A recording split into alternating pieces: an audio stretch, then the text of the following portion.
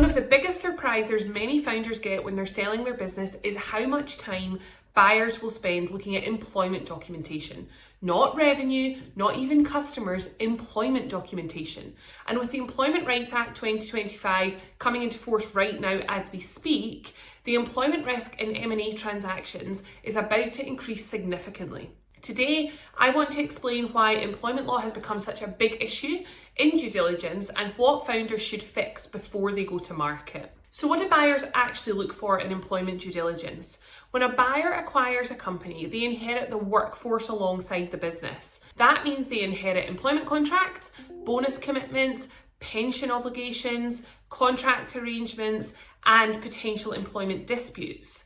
In most transactions that we work on, the buyer's lawyers will ask for things like all employment contracts, contractor agreements, details of disciplinaries or grievance procedures, tribunal claims, redundancy processes and policies. And the reason is simple. Employment risk will create future liability for those buyers. And the buyers want to know what they're inheriting. They want to go into it with their eyes open. So why does the Employment Rights Act 2025 change the risk profile in these types of transactions? Well, this act introduces several changes that affect how employers manage staff. The most important one for businesses is the reduction of the qualifying period for unfair dismissal. It's being reduced from 2 years to 6 months. Currently, employees generally will need around 2 years of service before bringing a claim for unfair dismissal against their employer. Under the new Act, that protection will apply after just 6 months of employment, with implementation scheduled for January 2027.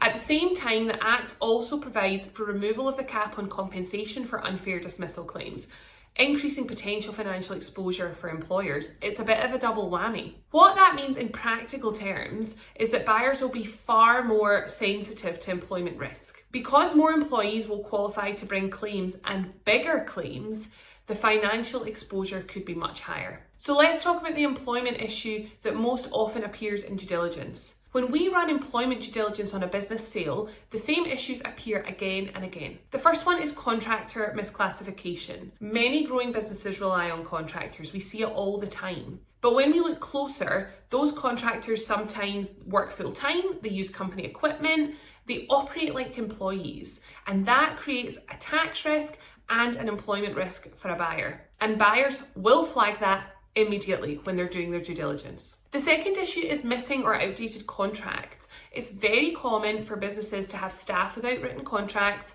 contracts that were written years ago and they're no longer applicable, or terms that no longer reflect the reality of the role. This becomes problematic when a buyer tries to understand what the extent of their employment obligations is. Another issue is informal incentive arrangements. For example, once the business sells, you'll get a bonus, but nothing's in writing. If it's not documented clearly, it can create a dispute during a sale. And the fourth issue is weak restrictive covenants. Buyers also do care about whether employees can leave and take clients or confidential information. If restrictive covenants aren't enforceable, the value of the business can be significantly reduced. So why do buyers care even more now in this new updated employment law landscape? The Employment Rights Act reforms makes employment risk more visible.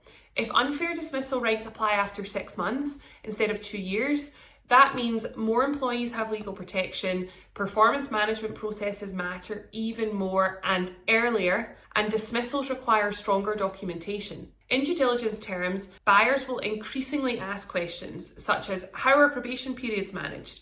How are performance issues documented? Are there consistent HR processes?